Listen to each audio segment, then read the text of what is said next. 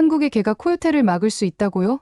말도 안 돼요. 애리조나에 사는 평범한 주부였던 저는 단호하게 거절했습니다. 이미 힘센 로트와일러도 코요테 앞에서 도망갔고 다른 개들도 모두 실패했으니까요. 특히 제 아들이 코요테에게 공격당한 후로는 어떤 개도 믿을 수 없었죠. 하지만 코요테의 위협에 벌벌 떨며 달빛이 비치던 그날 밤, 두 마리의 하얀 진돗개는 제 모든 편견을 완전히 바꿔놓았습니다. 난폭한 코요테 무리와 맞선 진돗개들이 보여준 놀라운 용기와 충성심, 그 감동적인 이야기를 지금부터 시작하겠습니다. 요즘 미국 전역에서 심각한 문제가 발생하고 있습니다. 도시의 골목길부터 한적한 교회까지 코요테의 출몰이 급증하고 있는데요. 충격적인 통계를 보면 전년 대비 어린이 위협 신고는 150% 증가했고 주거지역 침입 사례는 무려 47%나 늘었습니다. 특히 반려동물 피해는 매달 평균 80건이 새롭게 보고되고 있죠. 이제 코요테들은 인간의 영역을 자신들의 사냥터로 여기고 있습니다. 야생동물 전문가 마이클 브라운 박사의 말에 따르면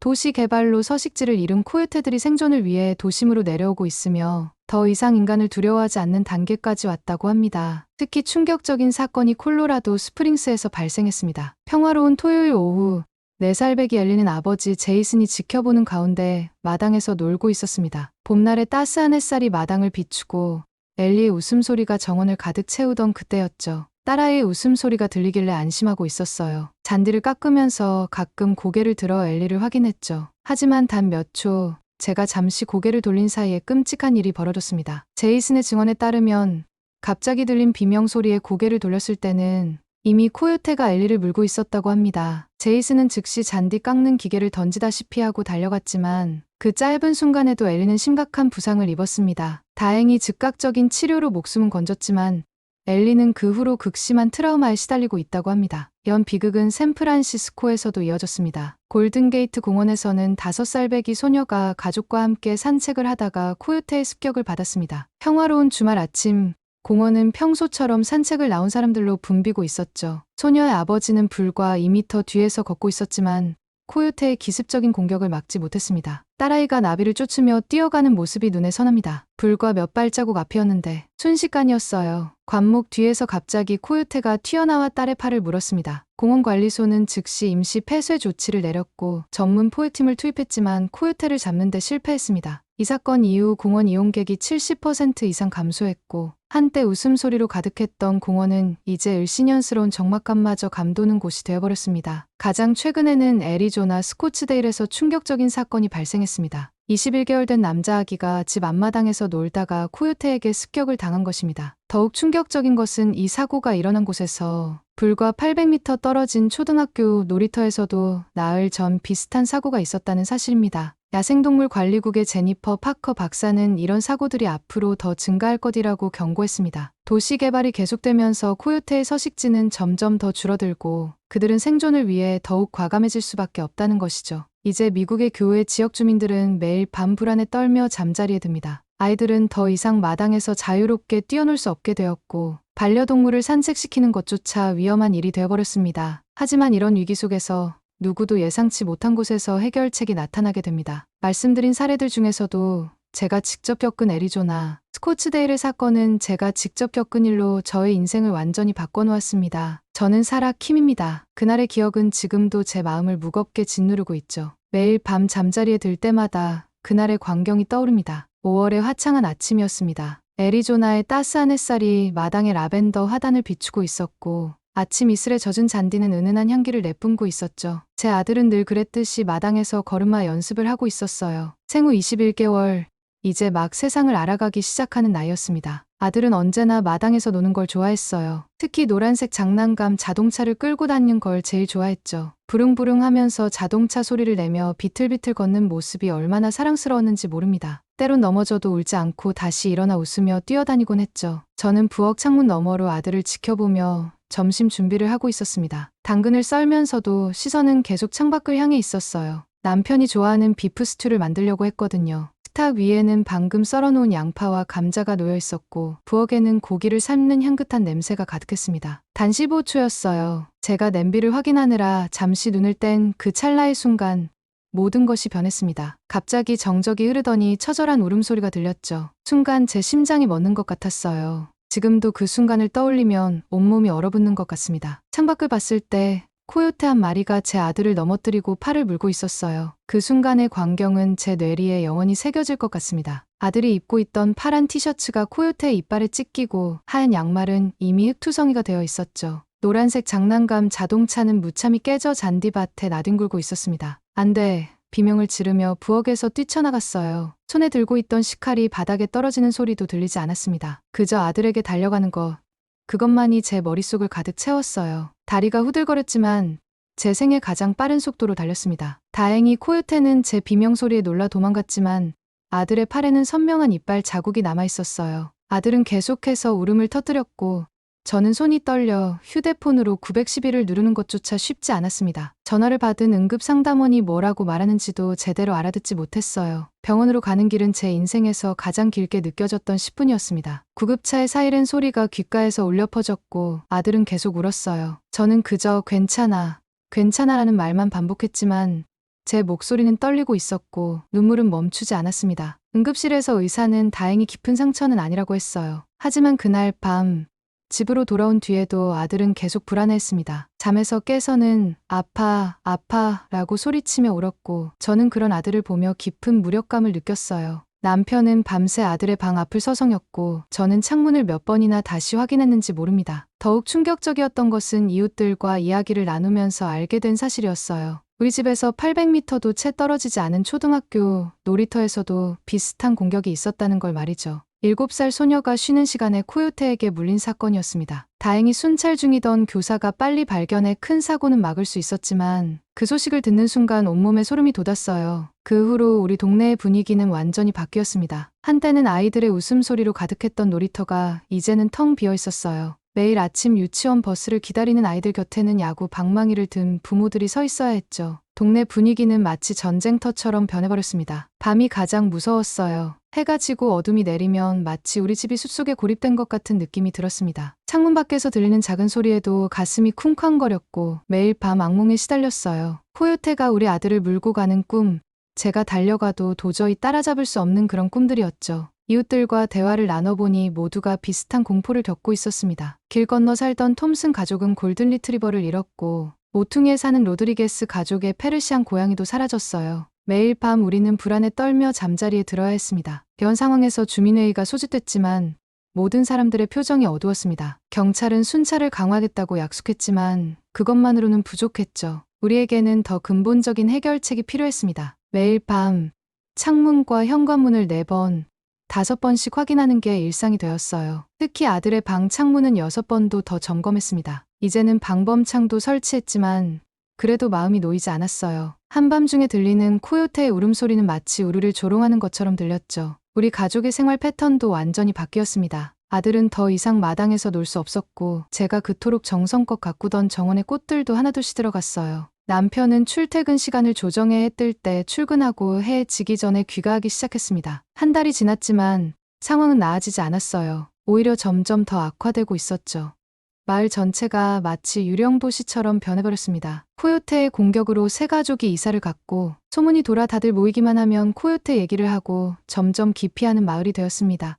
하지만 저는 이사를 가고 싶지 않았습니다. 저는 우리 동네가 좋았고 너무 오래 살았기에 떠나고 싶지 않았습니다. 하지만 우리 동네를 사랑하는 마음과는 별개로 매일 아침 눈을 뜨면 오늘은 어떤 일이 벌어질지 두려웠습니다. 뉴스에서는 연일 코요테 관련 사고를 보도했고 SNS에는 매일같이 새로운 목격담이 올라왔어요. 주민들은 점점 더 지쳐갔고 해결책은 보이지 않았습니다. 우리의 절망은 깊어져만 갔어요. 경찰은 더 이상 신고 전화에 신속하게 대응하지 않았고 동물보호소는 이미 수용 한계를 초과했다며 새로운 구조 요청을 받지 않았습니다. 심지어 일부 공무원들은 이제는 코요테와 공존하는 법을 배워야 한다고 말하기까지 했죠. 그런 와중에 새로운 해결책이 제시되었습니다. 하지만 그 누구도 이것이 우리의 구원이 될 줄은 몰랐죠. 천년의 역사를 자랑하는 우리나라의 진돗개가 이 끔찍한 악몽 같은 상황을 완전히 바꿔놓게 될 거라고는요. 그 사건 이후 우리 지역사회는 다양한 대책을 시도했습니다. 처음에는 모두가 희망에 부풀어 있었죠. 하지만 시도할 때마다 실패를 맛봐야 했습니다. 그 과정을 하나하나 말씀드리고 싶네요. 첫 번째로 시도한 것은 초음파 퇴치기였습니다. 주민회의에서 동물행동학 전문가가 추천한 방법이었죠. 각 가정마다 20만 원이 넘는 고가의 초음파 장치를 설치했어요. 처음 며칠은 정말 효과가 있는 것 같았습니다. 코요테들이 초음파에 민감하게 반응하며 주택가에 접근하지 않았거든요. 하지만 그것도 잠시였습니다. 일주일이 지나자 코요테들은 더 이상 초음파에 반응하지 않았어요. 오히려 장치 바로 앞에서 태평스럽게 지나가는 모습이 CCTV에 찍히기도 했죠. 전문가들은 코요테가 초음파에 적응했다고 설명했지만 저희에게는 그저 허탕친 투자였을 뿐입니다. 두 번째로 시도한 것은 동작감지 LED 조명이었어요. 밤에 코요테가 나타나면 강한 빛으로 쫓아내겠다는 전략이었습니다. 각 집 마당과 골목길마다 센서 등을 설치했죠. 첫 주에는 이것도 효과가 있어 보였어요. 밝은 빛에 놀란 코요테들이 도망가는 모습이 여러 번 목격됐거든요. 그런데 코요테들의 적응력은 정말 놀라웠습니다. 두 번째 주부터는 LED 빛을 피해 다니기 시작했고 한 달도 안 되어 완전히 적응해버렸어요. 심지어 조명 아래서 자기들끼리 장난치는 모습까지 보였다니까요. 우리가 설치한 조명은 오히려 코요테들의 야간 활동을 돕는 가로등이 되어버렸습니다. 정말 큰 기대를 걸었던 세 번째 시도는 맹견 도입이었어요. 옆집의 존슨 씨가 자신의 로트와일러를 코요테 퇴치에 활용하겠다고 나섰습니다. 로트와일러는 강력한 힘과 용맹함으로 유명한 견종이잖아요. 모두가 이번에는 성공할 거라고 믿었죠. 하지만 현실은 달랐습니다. 로트와일러가 코요테 무리와 마주쳤을 때 오히려 위축되어 도망가 버린 거예요. 게다가 스트레스를 받은 로트와일러가 지나가던 주민을 공격하는 사고까지 발생했습니다. 결국 존슨 씨는 로트와일러를 시골의 친척집으로 보내야 했어요. 네 번째 시도는 전문 포획팀을 고용하는 것이었습니다. 시에서 예산을 배정받아 야생동물 관리 전문가들을 불렀죠. 그들은 최신 장비와 함정을 동원했어요. 한 달 동안 밤낮으로 코요테를 추적하고 포획하려 했습니다. 결과적으로 3마리의 코요테를 포획하는 데 성공했지만 그들이 떠난 후 상황은 더욱 심각해졌어요. 포획된 코요테의 빈자리를 더 많은 코요테가 채우기 시작한 겁니다. 마치 누군가가 여기는 안전하지 않으니 더 많은 동료를 데려와야 해라고 광고라도 한 것처럼요. 주민들의 시도는 계속됐습니다. 누군가는 고추 스프레이를 마당에 뿌렸고 다른 이는 늑대 소변을 구해다 뿌리기도 했죠. 심지어 마늘과 양파를 정원 곳곳에 묻는 사람도 있었어요. 하지만 이런 민간요법들은 전혀 효과가 없었습니다. 상황이 이렇다 보니 동네에는 극단적인 해결책을 주장하는 목소리도 나왔어요. 독약을 뿌리자,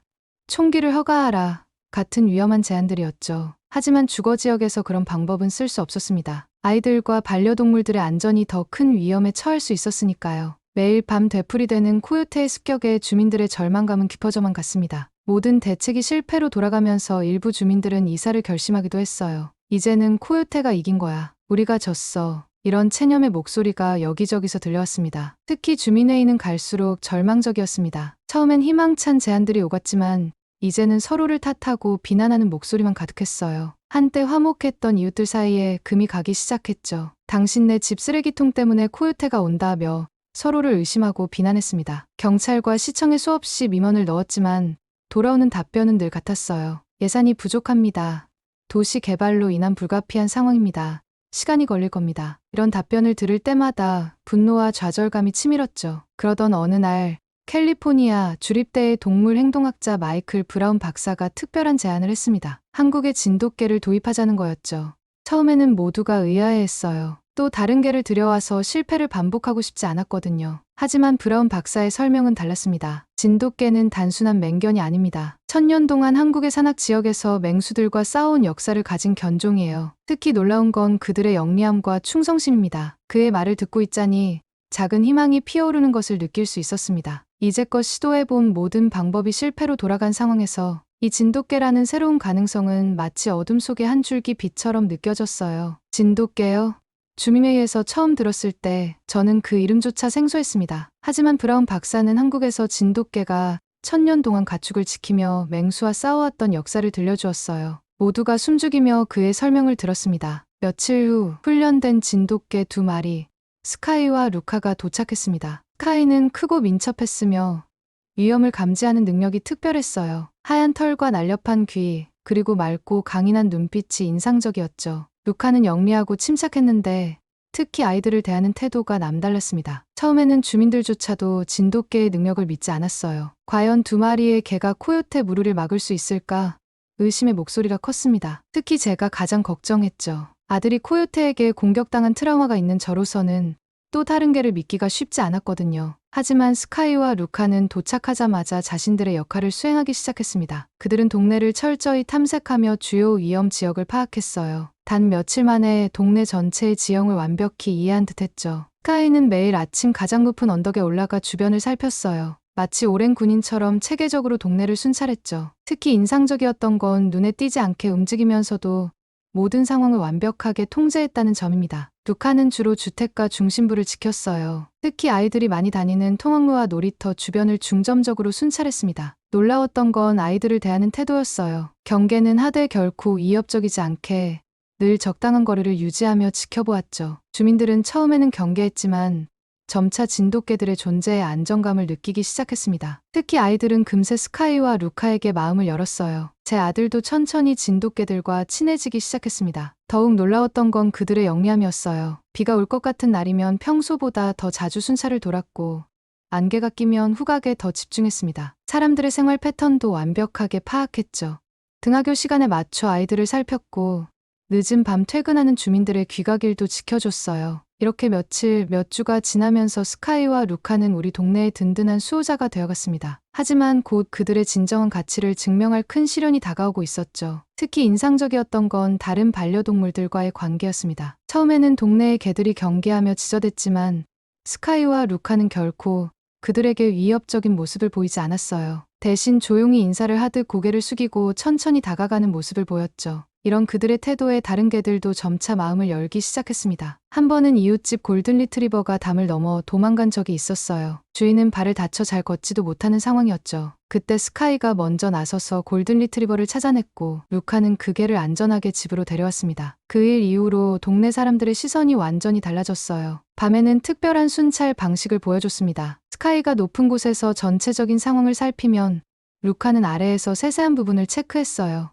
마치 오랫동안 함께 훈련받은 것처럼 완벽한 팀워크를 보여줬죠. 그들은 결코 같은 장소에 오래 머무르지 않았고 항상 서로 다른 위치에서 마을 전체를 감시했습니다. 우리 아들은 특히 루카와 가까워졌어요. 처음에는 트라우마 때문에 개들을 무서워했지만 루카의 따뜻한 눈빛에 조금씩 마음을 열기 시작했죠. 어느 날은 아들이 넘어졌는데 루카가 곁에 와서 조용히 앉아있다. 아들이 일어날 때까지 꼼짝도 하지 않았습니다. 그때부터 아들은 루카를 내 수호천사라고 부르기 시작했어요. 이제 스카이와 루카는 우리 동네의 자랑이 되었습니다. 하지만 우리는 아직 몰랐죠.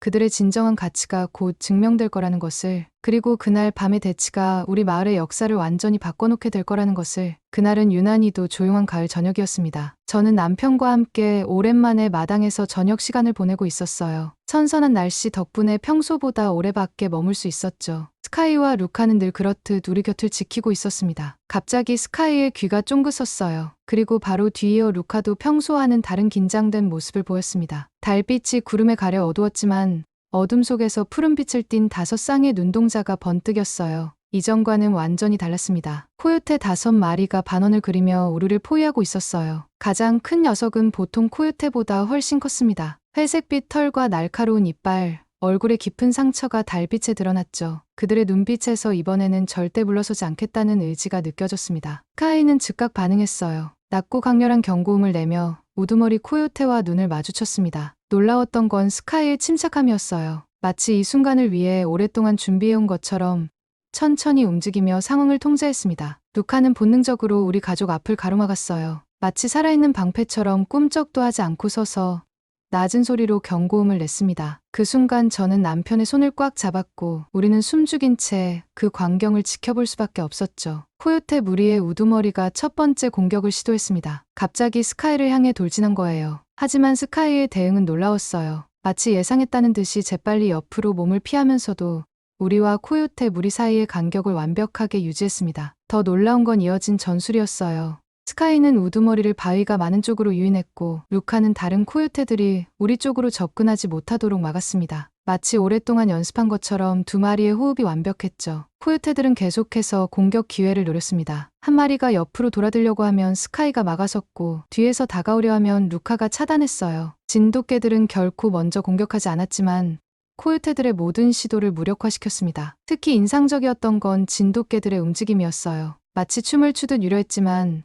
한치의 빈틈도 보이지 않았습니다. 스카이는 우두머리 코요테의 주의를 끌면서도 체력을 아꼈고 루카는 최소한의 움직임으로 다른 코요테들을 견제했어요. 1시간이 넘는 시간 동안 이런 긴장감 넘치는 대치가 이어졌습니다. 코요테들의 움직임이 점점 둔해지기 시작했어요. 처음에 기세등등한 태도는 찾아볼 수 없었고 숨소리도 거칠어졌습니다. 반면 스카이와 루카는 여전히 흔들림 없는 모습이었어요. 우두머리 코요테가 마지막 공격을 시도했습니다. 이번에는 정면으로 스카이를 향해 달려들었어요. 그 순간 달빛이 구름 사이로 비쳤고 저는 스카이의 눈빛을 볼 수 있었습니다. 전혀 동요하지 않는, 오히려 이 순간을 기다렸다는 듯한 눈빛이었죠. 스카이는 우두머리 코요테의 공격을 피하면서 동시에 반격했습니다. 순식간의 일이었어요. 코요테는 중심을 잃었고 그 틈을 타서 루카가 다가왔습니다. 두 마리의 진돗개 사이에 갇힌 우두머리 코요테는 마침내 물러서기 시작했어요. 나머지 코요테들도 우두머리를 따라 하나둘 어둠 속으로 사라졌습니다. 달빛 아래 우리 마당에는 다시 고요함이 찾아왔어요. 그제서야 저는 그동안 숨을 제대로 쉬지 못했다는 것을 깨달았습니다. 스카이와 루카는 코요테들이 완전히 사라질 때까지 경계를 늦추지 않았어요. 그들의 모습은 마치 오랜 전사와도 같았습니다. 천년의 세월 동안 이어져 온 진돗개의 용맹함과 지혜를 그날 밤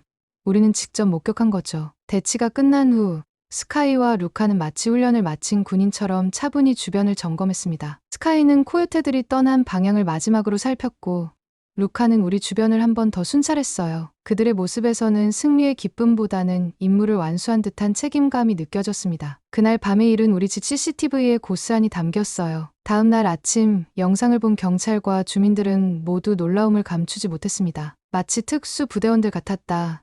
이런 전술은 본 적이 없다는 평가가 쏟아졌죠. 특히 동물행동학자들은 진돗개들의 지능적인 대응 방식에 큰 관심을 보였어요. 그날의 대치는 단순한 싸움이 아니었습니다. 그것은 천년의 역사를 지닌 우리나라 진돗개의 진정한 가치가 증명된 순간이었어요. 힘이 아닌 지혜로, 폭력이 아닌 전략으로 승리를 이끌어낸 그들의 모습은 우리 모두에게 깊은 감동을 주었습니다. 스카이와 루카의 활약 이후 우리 동네는 완전히 달라졌습니다. 아침이면 스카이가 동네 외곽을 순찰하며 코요테의 흔적을 감지했고 루카는 동네 중앙부를 지키며 주민들과 아이들을 보호했어요. 그들은 완벽한 방어선을 구축했습니다. 특히 아이들과 진돗개의 관계는 더욱 특별해졌어요. 제 아들을 비롯한 동네 아이들은 스카이와 루카를 우리 동네의 영웅이라 부르며 따랐죠. 예전에는 악몽에 시달리던 아이들이 이제는 편안하게 마당에서 뛰어놀 수 있게 되었습니다. 특히 인상적이었던 건 진돗개들이 만들어낸 새로운 일상의 질서였습니다. 아침이면 스카이가 등교하는 아이들과 함께 걸었고 낮에는 루카가 놀이터 주변을 지켰죠. 저녁이 되면 두 마리가 교대로 순찰을 돌았습니다. 마치 오랫동안 이곳에서 살아온 것처럼 자연스러웠어요. 주민들도 진돗개들에게 특별한 애정을 보였습니다. 정육점 아저씨는 매주 신선한 뼈를 준비했고 베이커리 주인은 특별히 만든 간식을 나눠주셨죠. 퇴직한 손할아버지는 직접 따뜻한 계집을 만들어주셨고 목수일을 하시는 톰 아저씨는 비가 올 때 쉴 수 있는 지붕 있는 쉼터를 만들어주었어요. 진돗개들도 각자의 방식으로 주민들에게 보답했습니다. 스카이는 매일 아침 우유 배달부와 신문 배달부를 에스코트했고 루카는 밤늦게 퇴근하는 간호사들을 집까지 배웅해주곤 했어요. 특히 아이들이 있는 곳은 더욱 신경 써서 살폈죠.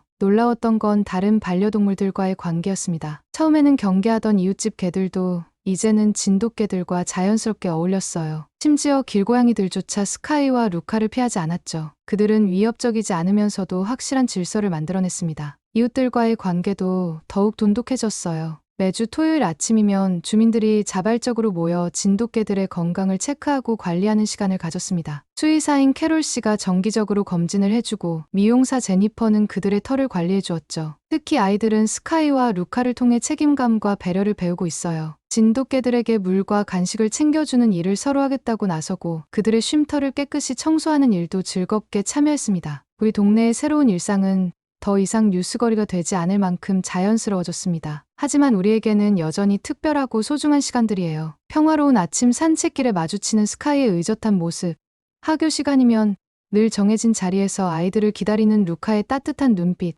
이 모든 것들이 우리의 일상이 되었습니다. 우리 지역의 성공 사례가 알려지면서 다른 지역에서도 관심을 보이기 시작했어요. LA 카운티의 여러 지역에서 진돗개 도입을 검토하고 있다고 합니다. 심지어 샌디에고 교외 지역에서도 문의가 왔다고 해요. 보안 전문가들도 진돗개들의 순찰 패턴과 위험 상황 대처 능력을 연구하기 시작했습니다. 가끔 이웃들과 이야기를 나누다 보면 정말 기적 같은 일이었죠. 라는 말을 하곤 합니다. 코요테의 공포에 시달리던 그때를 떠올리면 지금의 평화로운 일상이 꿈만 같아요. 이제는 창문을 여러 번 확인하며 잠들 필요도 없고 아이들의 웃음소리를 들을 때마다 가슴이 철렁하지도 않습니다. 스카이와 루카는 우리에게 단순한 반려동물이나 경비견이 아닙니다. 그들은 우리 마을의 영웅이자 더 나은 공동체를 만들어준 스승이에요. 천년의 역사를 지닌 한국의 진돗개가 미국의 작은 마을에서 보여준 용기와 지혜는 우리 모두의 가슴 속에 영원히 간직될 것입니다. 지금까지 코요테의 위협에서 마을을 구한 한국 진돗개의 이야기를 들어주셔서 감사합니다. 앞으로도 우리나라의 진돗개처럼 세계 곳곳에서